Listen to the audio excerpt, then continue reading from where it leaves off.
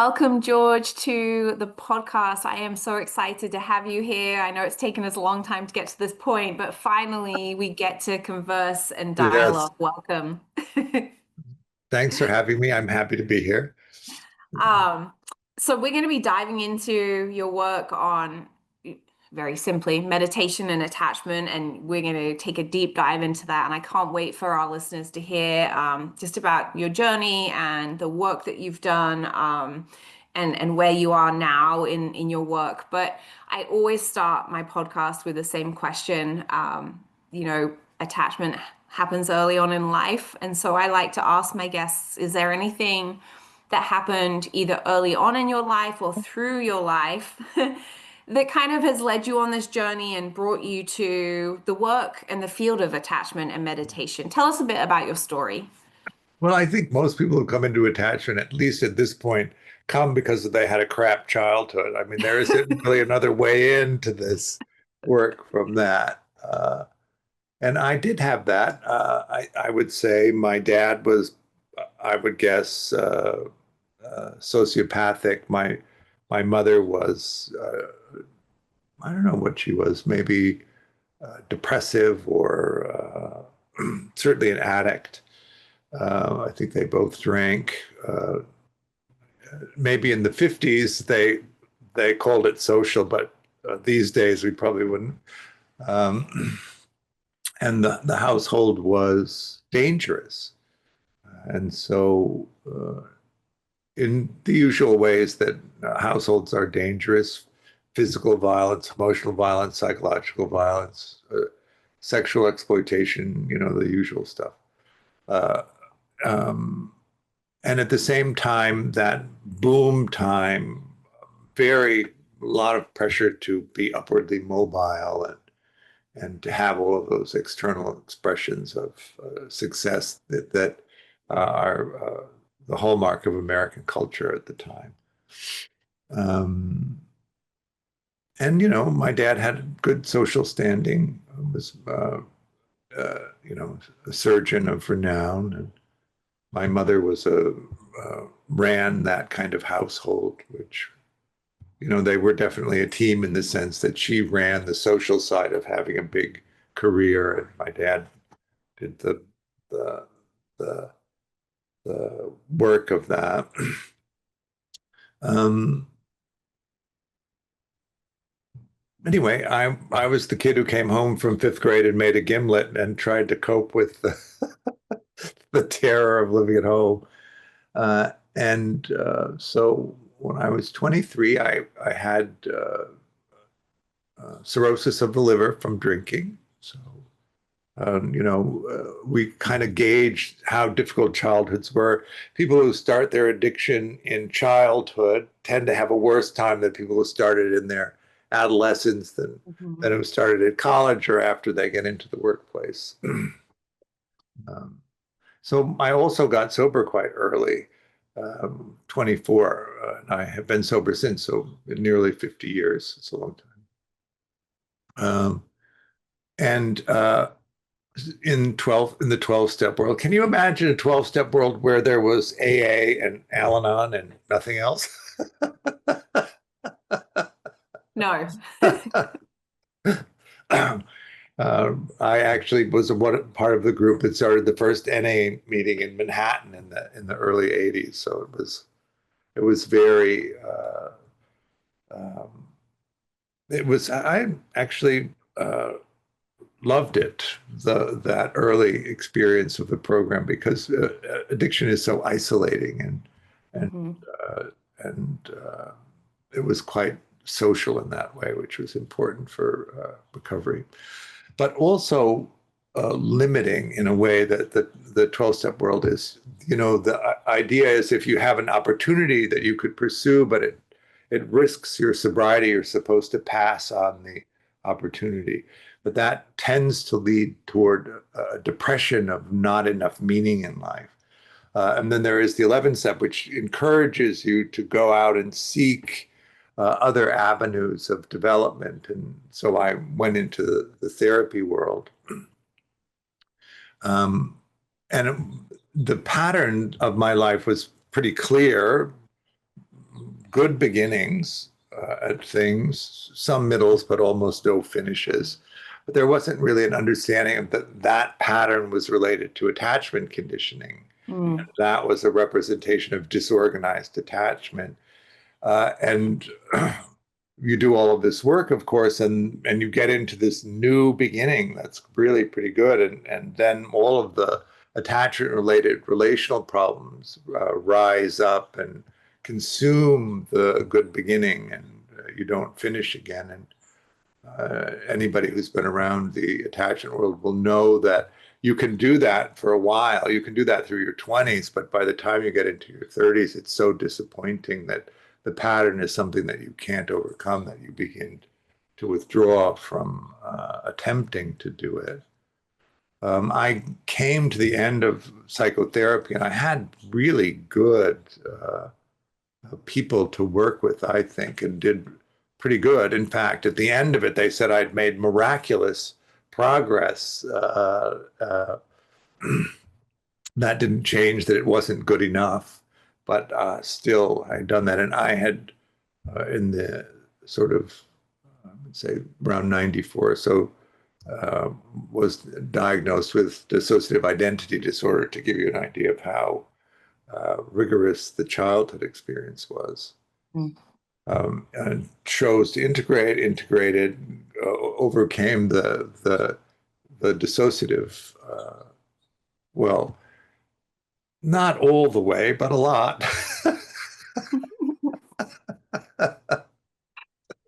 And then there I was.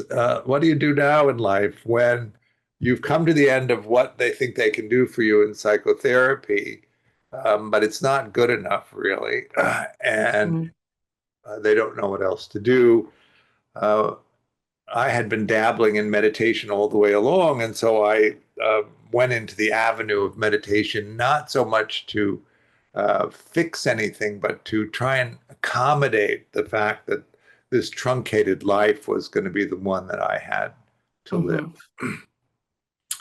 And so I went along and had some pretty good experiences in meditation, really deeply insightful experiences of the nature of the human condition, which is really what meditation is supposed to do. And joined Shinzen Young's Sangha and formed relationships there that were meaningful to me. And one of the people in that group passed along a bootleg CD of Alan Shore giving a lecture on disorganized attachment in the late 90s. Now, this was something that nobody was really talking about except in these very cloistered academic spaces.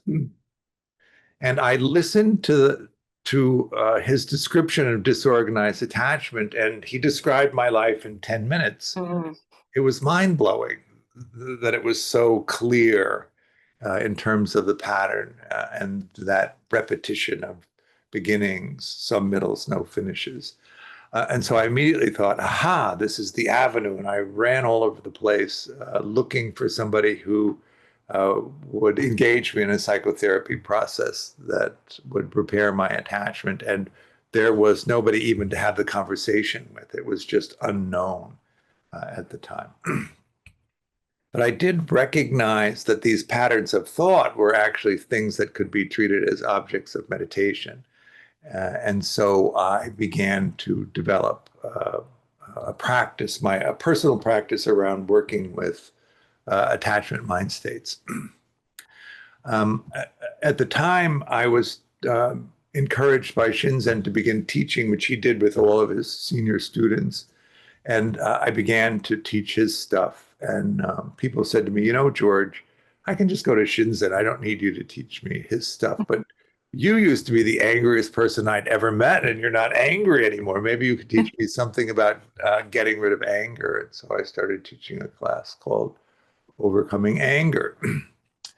And then a student came up to me and said, you know, anger isn't really my issue. Fear is my issue. Could you teach a class on fear? And so I started teaching a class on overcoming fear in addition to the anger class. And then somebody came up to me and said, you know, Anger and fear aren't my issues. Sadness is my issues. Could you teach a class on sadness? And so I started teaching a class on sadness. And then somebody came up to me and said, anger, fear, and sadness aren't the issue. Shame is the issue. Could you teach a class on shame? And a Mm. light bulb went off. And I thought, I know. I'll teach a class called Overcoming Difficult Emotions and get everybody together.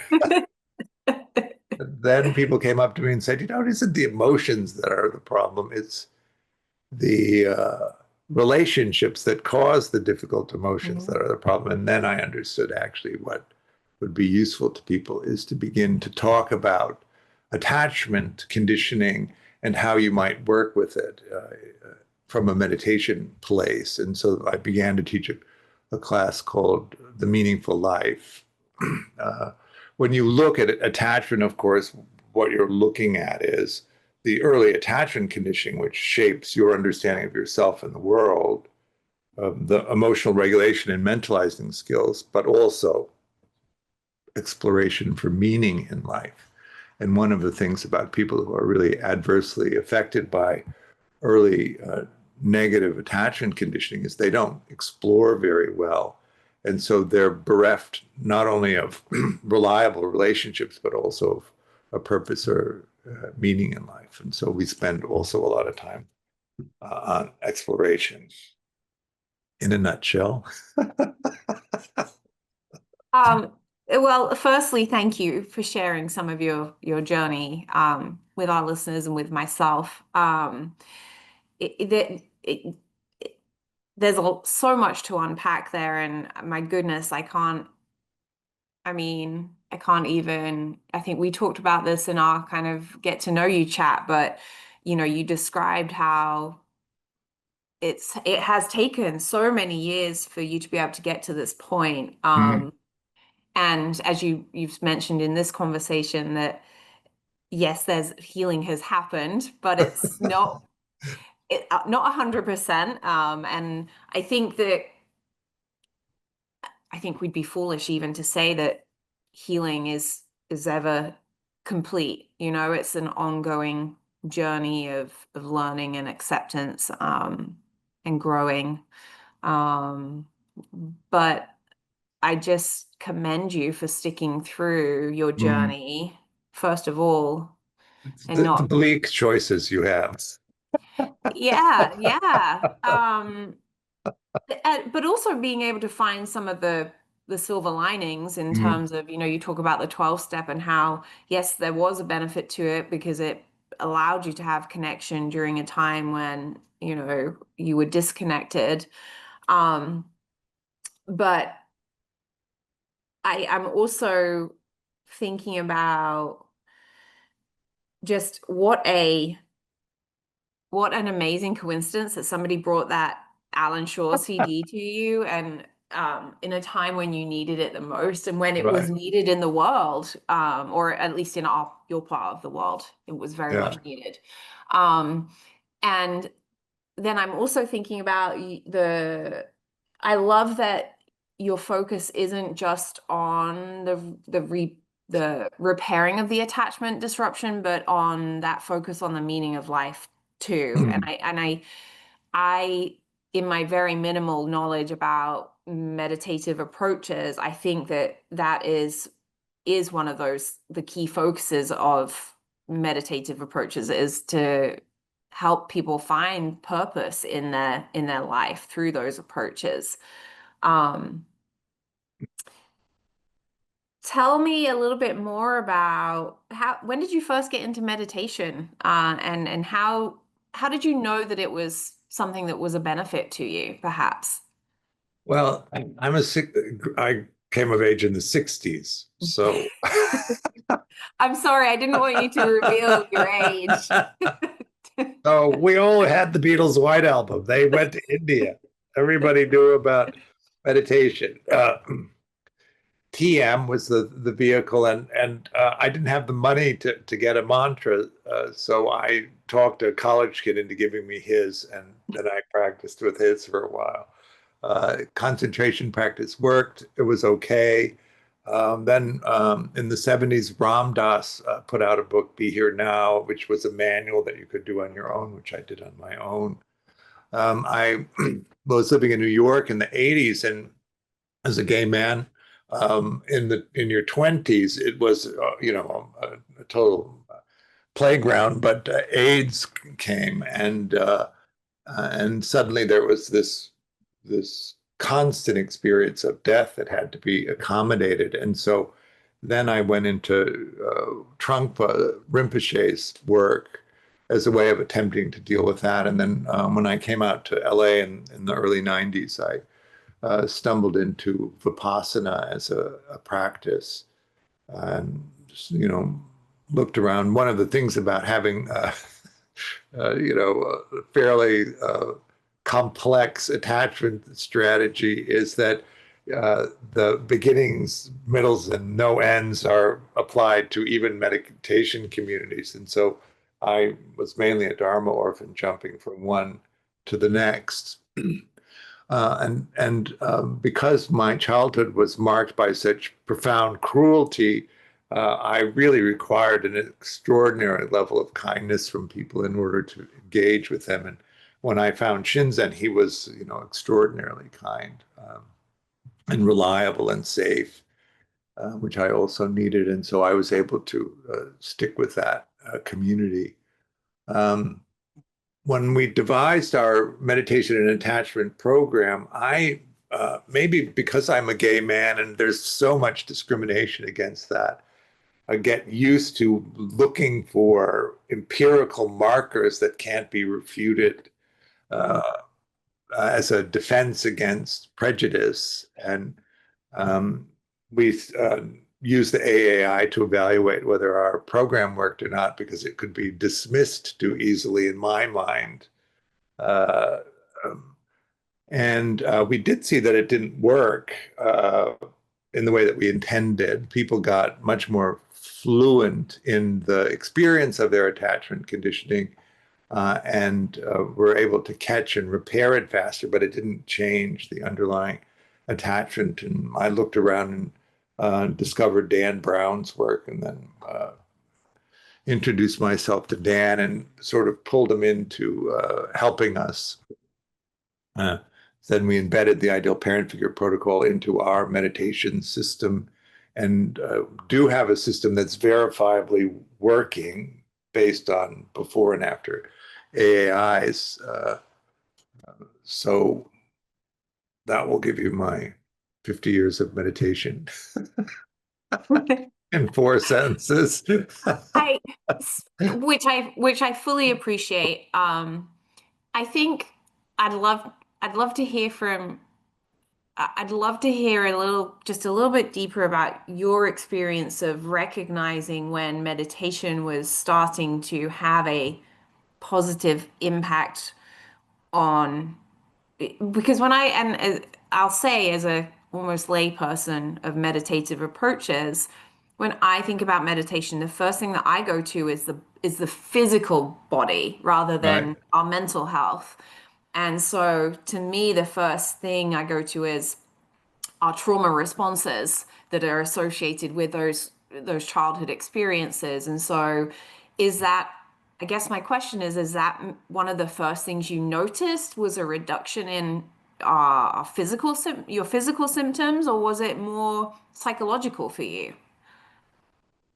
That's an interesting question. I was on the dismissing, on the avoidance side of things, and avoidant people, as you know, suppress emotion and Mhm. confuse emotional sensations with physical sensations. And so, to answer that, the thing that was the first impact that had a lot of effect for me was the parsing of physical sensations from emotional sensations in the body, and a lot of the categorization of sensations as purely physical began to give way and represented emotional experiences, which was quite a stunning experience, Mhm. really, because the pain, particularly around somaticized emotional experience in the body, which I had been viewing as purely physical, seemed like these profound limitations that I'd had.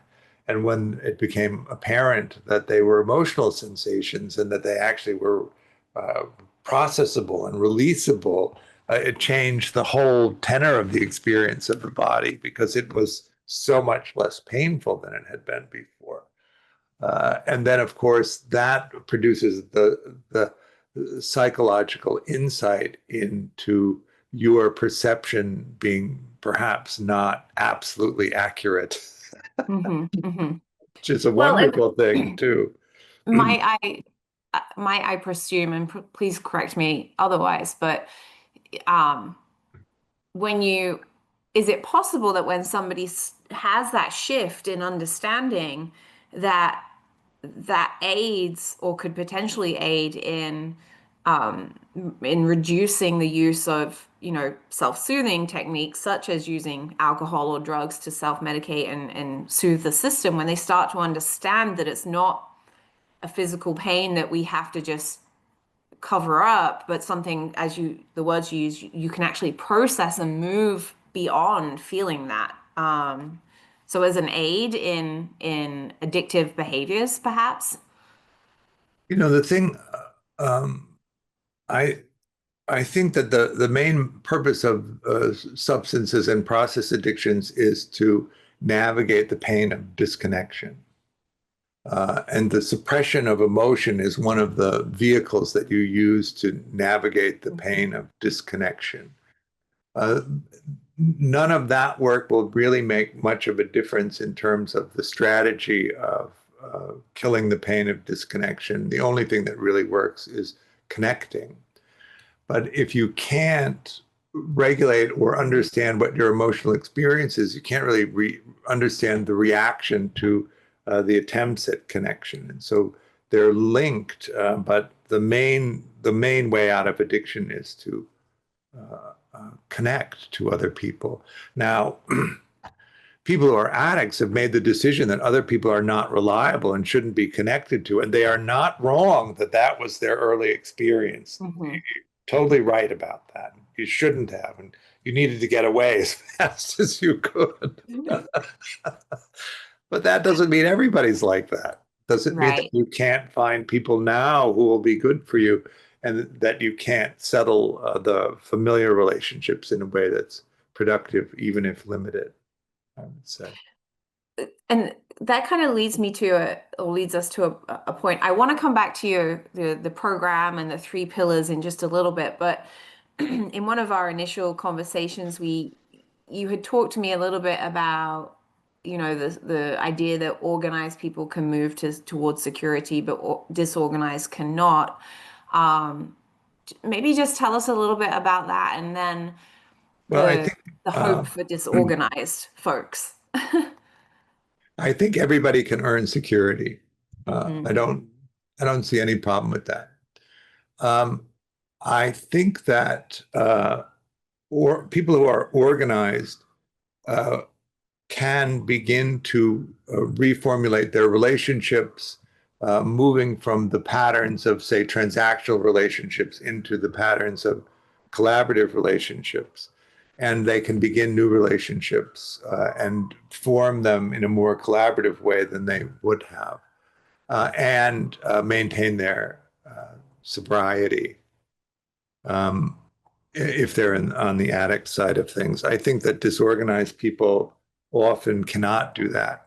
uh, and so um, the idea then is uh, a harm reduction plan. So rather than a abstinence plan, and also it may be better to attempt to change the framework of how you form relationships ahead of forming new relationships. Hmm. Um, because the difficult relationships tend to be the thing that causes lapsing or relapsing if you can't form a relationship that isn't trauma bonded, which is what disorganized people tend to do. Then uh, it might be better to do the attachment work first and then go after the relationships. Uh, but disorganized people don't take advice.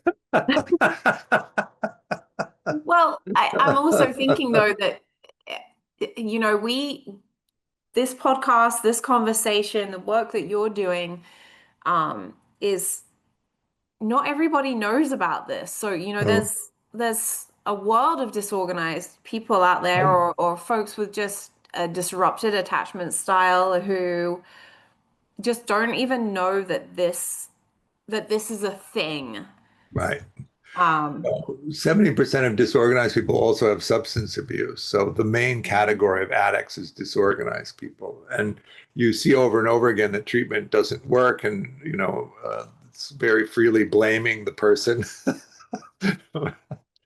But mhm, actually, if your attachment conditioning is disorganized, it's going to be very difficult for you to establish a supportive relationship, which will take you out of the state of disconnection, which is actually the thing that drives the use of substances. And so, spending some time learning to form relationships that are actually constructive and helpful to you before entering into another trauma bonded one. Dan Brown used to say, for every bite mark, there's a set of teeth.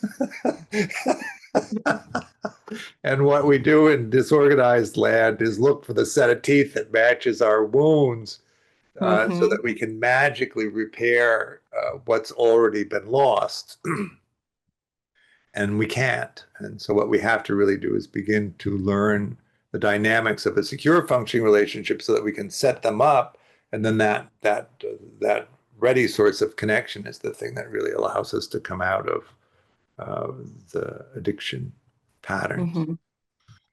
Yeah, your comments are really making me think about our um the work that we do at Chaddock and in our organization. You know, one of the most important things is that our therapists have a secure attachment style so that they can that Right, child, that family that comes to us are set up for that success right away, that we aren't they aren't trying to deal with our disorganization or our insecurity.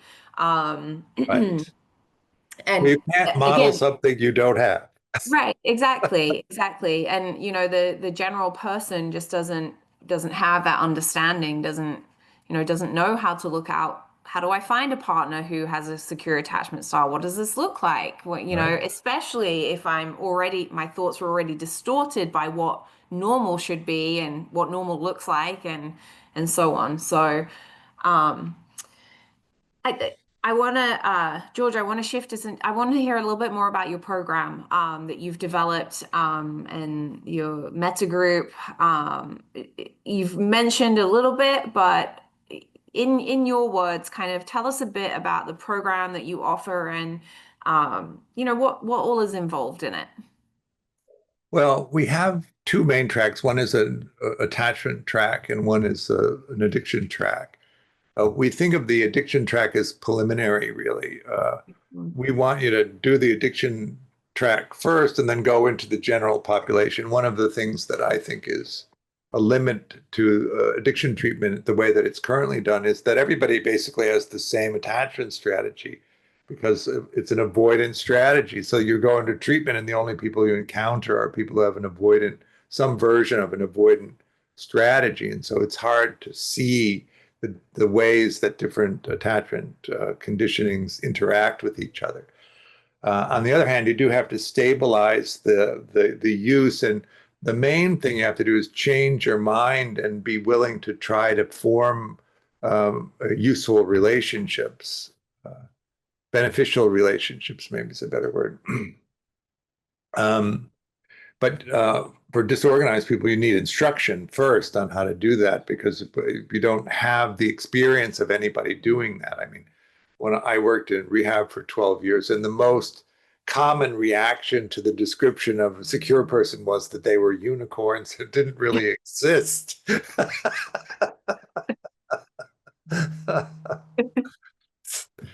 But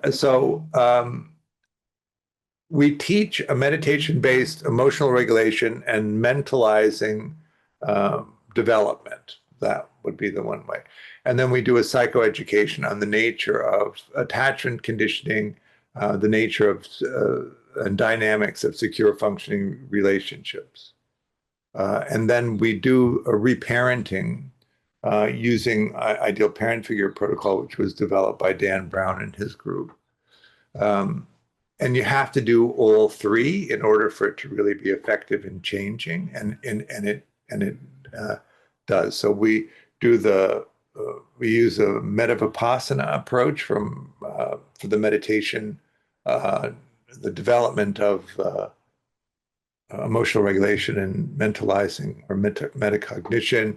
We use a classroom structure for the teaching of attachment, and then we use individual guided ideal parent figure protocol to remap the territory of early childhood, but then also to develop the capacity to explore for meaning now. Really, the faster that you can shift into exploring for meaning now, the better all of this will go, because you'll find a purpose in life that makes it worthwhile to do the things that you need to do.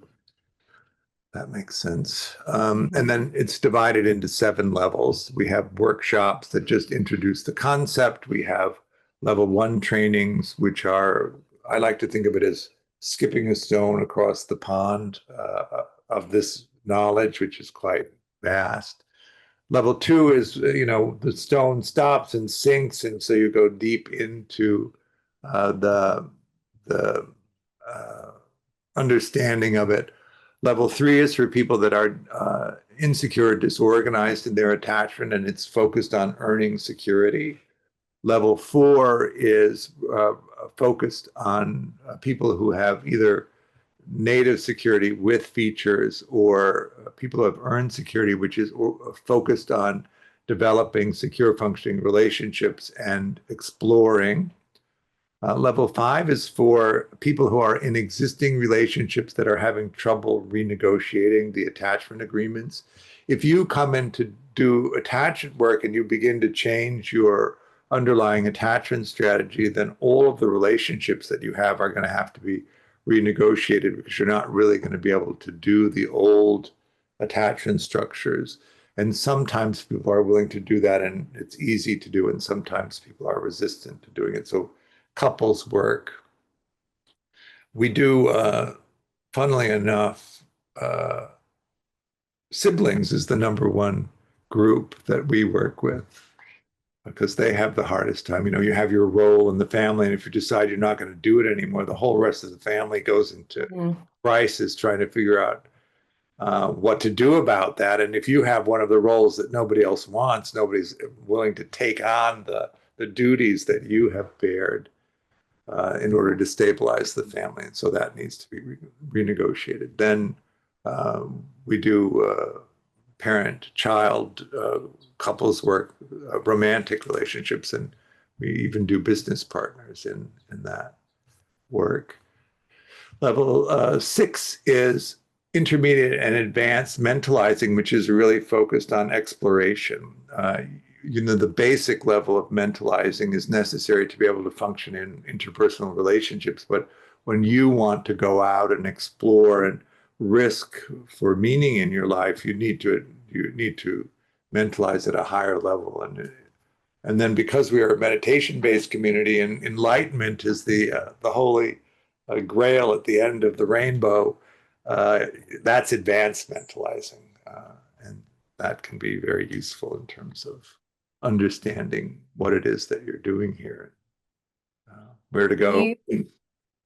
You have I mean, it sounds to be hugely robust. Yeah. And uh this is kind of I have a personal interest in this question, just out of curiosity though. How long has it taken you to get to a point where you feel, I mean, and again, programs are always evolving. You're always learning and changing and adjusting and learning new things that might help the program. How long has it taken you to get to kind of today's point in the program where you have this robust Well, treatment approach? 25 years. So, it everything comes from the students presenting need. Hmm. Well, like you described earlier, of oh well, I have anger problems, or now I have problems with sadness, and so on. Um, I love. I really appreciate your comment about the that you have mostly siblings that come. Right. But it's both not surprising, but also fascinating to me in the attachment world. And I think in the adult attachment world, our mind usually does go straight to our intimate relationships, right? But actually, the complexities of the sibling relationships, especially, well, not even especially, but because of the experiences that they had independently, had together, those kinds of things within that family setting is it makes perfect sense that there is this just complexity involved in their relationship. Yeah, absolutely. And well, and yeah, and if you're going to step out of, the worst role in a family is the golden child. Mm. I mean, if you weren't the golden child and you had one, you probably hate them and blame them, but it's actually worse for them. Tell me a little bit more about that. I'm curious about that. It's worse for them because. Because in order to maintain the status of the golden child, they have to perform for the caregivers and they have to Mm, present to the caregivers the thing that the caregivers want, which is almost always at the complete expense of their authenticity. mm, And so they get very good at performing and producing what's satisfying to someone else, but is very often not satisfying to them. And so they get all the accolades, and at the core of it, it doesn't mean anything to them. So it's a very confusing state to be in. Whereas if you're the neglected child, you've been able to go and do whatever you wanted, right? You may have been blamed and put down for it, but you didn't lose yourself as completely as the golden child did. So, that's a very interesting concept to think about. That's kind of got my brain spinning a little bit, and we may potentially have to have a whole other episode on that. I'm going to keep thinking about that though, George. Yeah, that's definitely fascinating to me. Can you tell us a little bit about your three pillars that are part of your approach? so the first pillar is the ideal parent figure protocol. And so Dan's research showed between 40 and 150 sessions to earn security. I would say the average around here is probably in the 80s somewhere, but the fastest was 54. And then it is into the amount of time, it's the number of sessions, so that in our society, of course, with people who are impatient, you can do it in a year or a year and a half if you want to. We use the AAI before and after to make sure that we're hitting the dots and the crosses. And that's always done one-on-one. We do teach the ideal parent figure in the group setting so that you're able to do the preliminary practice well enough so that you don't have to spend the first couple of months of the individual sessions developing the basic technique. Disorganized people tend to be under-resourced, and so we're trying to make it resource sensitive. Hmm. The second pillar is mentalizing and emotional regulation. Now, in the therapy model for this, you would teach mentalizing and emotional regulation in the therapy sessions, but then that means that fewer of the sessions are IPF. They're more the interrelationship between therapist and patient. We prefer a protocol approach. And because of the hundreds of hours that are required to develop these qualities, meditation seems like a good option for that. So the Metta Vipassana approach teaches both the insight into the nature of the thought processes that generate experience, and also the heart practices develop positivity. There are two main systems. One is the system that manages negative experience, and one is the system that manages positive experience. And in people with adverse attachment conditioning tend to have a overdeveloped negative system and an underdeveloped positive system. So we want to work to reduce the sensitivity of the negative system and then develop the capacity for positive experience. Um, Emotional regulation is, for most adults, thought-based, and so we need to examine the strategies that you use for emotional regulation through thinking. Most of us will learn the emotional regulation strategies that our family system uses and use them all of our lives without much inquiry into whether they're beneficial or not. And what we want to do is examine, is it a good strategy or not? If it's not a good strategy, stop using it. And there is no such thing as just say no. There's Hmm. only stop and replace. And so we have to develop alternative strategies that we can then plug in to replace the afflictive strategies. And so that's what the second pillar is really about. The third pillar is then to understand the nature of attachment conditioning. And depending on what your attachment conditioning is, one of the hallmarks of dismissing attachment is you don't remember anything before puberty. So you don't have any evidence to understand what might have happened. And so it's easy to create an idealized version of what your childhood must have been like, but that impedes your progress moving forward. And so we want to understand what the dynamics of attachment conditioning are, how children react to the different experiences that they have that then creates these adult patterns. And then we also teach the dynamics of secure functioning relationships so that you can begin to renegotiate the relationships that you have, but that when you make new relationships, that you set them up in a way that's more conducive to secure functioning. And if you haven't had that modeled for you, you don't know. You know the relational patterns of the family system you grew up in, and you don't know anything else. And so, if you don't have secure functioning, you don't know what they're supposed to be like. And so, that's what we teach.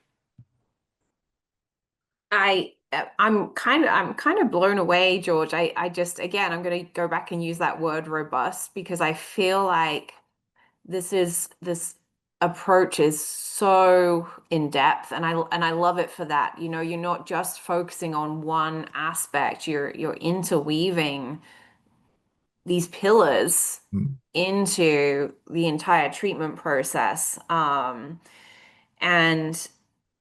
it just is kind of blowing my mind. I think it's amazing. Yeah, I mean it Thanks. just is phenomenal work that is being done. I would, you know, I don't know if you have any testimonials, but at some point would love to see some of those and just to be able to bring healing to a person's life who, much like yourself, has maybe spent the majority of their life feeling a certain way about themselves. You mentioned earlier, I'm going to say the words wrong, but your thought of this is how my life is going to be. This is it for me. This is what life is going to be like. And that, to be able to help somebody see that there's a different path for them. There's different options out there. It's just phenomenal. Thank you. Yeah, I earned security at 65, Hmm. and it changed everything. And I highly recommend it at any time in your life. But if I could have done it at 15, that would have been better. Right, right. Because I that's when I started therapy. Well, so I'm gonna go full circle here, because I was thinking about this question earlier, and it's a somewhat short question, but w do you remember a time before 15 where you maybe had a thought of something's not quite right here? I do. Uh, there was a book that came out called Sybil in my childhood, and I read it and I thought, wait a minute, this isn't how everybody perceives the world. Uh-huh. Well, and we're kind of laughing about it, but I feel like the pain that could be probably was associated with that as a young child you don't know how to process, you don't even realize that it's a pain that you're feeling, that there's this hurt there that this isn't right and normal. The main quality of that time was confusion. I didn't understand uh, how people perceived things so differently than I was able to perceive them. And I was also very lonely because it's very, when you're dissociative at that level, of course, your ability to be reliable, your ability to be consistent, your ability even to remember what you said isn't available to you. And so, you would make an agreement with somebody and then you wouldn't do it, and then they would confront you with it, but you wouldn't have remembered making the agreement. Mm, And your experience was genuinely not remembering. So it's easy to think, oh, I didn't do that. What are you talking about? I never made that agreement. What are you talking about? And then they're looking at you like, yeah, you did. And you're like, no, I didn't. So that kind of confusion, which went all the way through to my 40s, really meant that the main quality of that is a confusing relationship to the world, hmm and people getting mad and really not making sense. hmm hmm But then and disorganized people, of course, have this experience.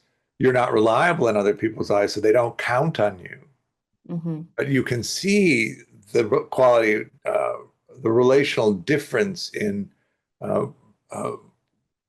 uh, relationships where people do count on each other, and you have a life where nobody counts on you. And hmm it's very confusing to understand how you might get into a relationship where somebody might count on you. And I think that that's one of those qualities of disorganization that's so painful from the dissociation, of course.